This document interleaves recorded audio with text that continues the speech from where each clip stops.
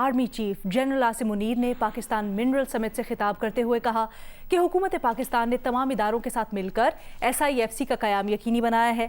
SIFC کا قیام تمام شراکت داروں کو ایک پلیٹ فارم پر لاتا ہے۔ امن اور خوشحالی کے راستے پر گامزن رہنا ہی استقامت ہے۔ معدنیاتی پروجیکٹس عوام کی ترقی کا زینہ ہیں، یہ بھی انہوں نے کہا۔ سورہ رحمان میں اللہ تعالیٰ نے فرمایا، اور تم اپنے رب کی کون کون سی نعمتوں کو جھٹلاؤ گے۔ آرمی چیف نے قرآن پاک کا حوالہ دے کر واضح کیا کہ اللہ ان کی مدد کرتا ہے جو اپنی مدد آپ کرتے ہیں۔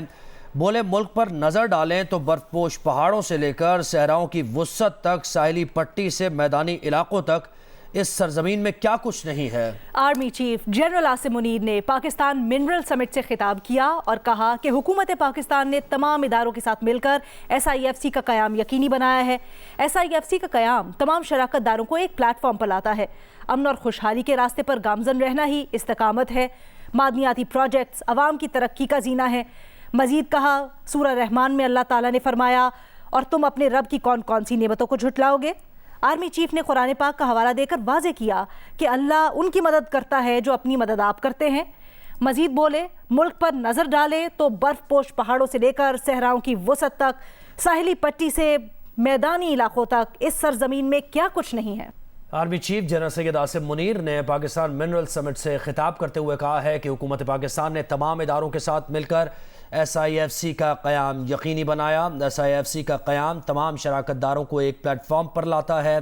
آرمی چیف نے کہا کہ امن اور خوشحالی کے راستے پر گامزن رہنا ہی استقامت ہے۔ معدنیاتی پروجیکٹس عوام کی ترقی کا زینہ ہیں۔ اسی پر مزید بات کرتے ہیں، ہمیں جوائن کر رہے ہیں سیکیورٹی ایکسپرٹ سید محمد علی صاحب۔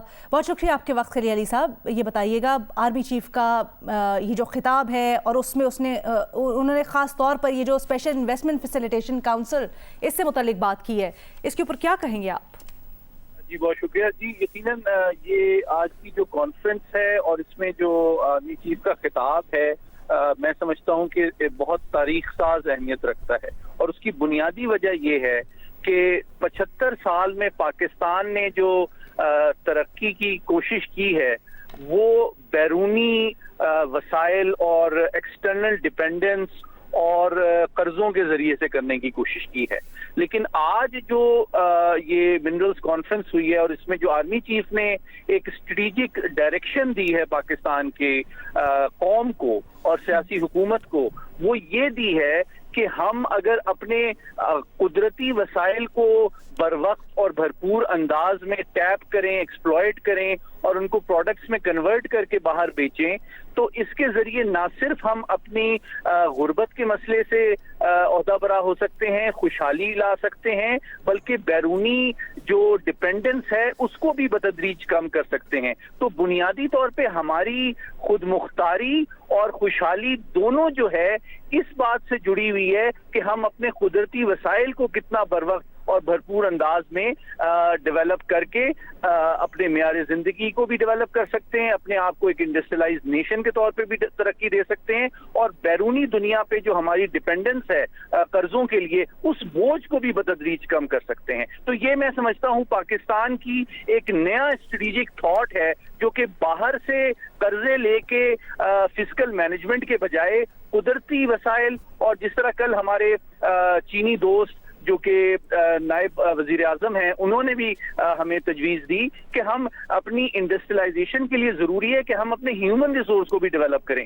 تو ہم اگر اپنے قدرتی وسائل کو ترقی دینا چاہتے ہیں، ان کے ذریعے ان کو ایکسپورٹس میں پروڈکٹس میں کنورٹ کر کے بیچنا چاہتے ہیں، تو ساتھ ہی ساتھ ہمیں اپنے ہیومن ریسورس کو ڈیولپ کرنا پڑے گا، اپنے نظام تعلیم کو امپروو کرنا پڑے گا، تاکہ ہمارے افرادی قوت میں وہ اسکل اور نالج آئے جس کے ذریعے وہ ہماری مٹی کو سونے میں کنورٹ کر سکے۔ بہت شکریہ سید محمد علی صاحب، اپنا تجزیہ دے رہے تھے army chief general Asim Munir کا آج جو خطاب تھا اس متعلق۔ وزیر خزانہ اسحاق ڈار نے ملکی مفاد میں پیٹرول اور ڈیزل 20 روپے مہنگا کرنے کا اعلان کر دیا۔ وزیر خزانہ نے بتایا کہ پیٹرول 19 روپے 95 پیسے اضافے کے بعد 272 روپے 95 پیسے فی لیٹر ہو گیا ہے، جبکہ ڈیزل 19 روپے 90 پیسے اضافے کے بعد 273 روپے 40 پیسے فی لیٹر ہو گیا ہے۔ ہائی سپیڈ ڈیزل 273 روپے 40 پیسے اور پیٹرول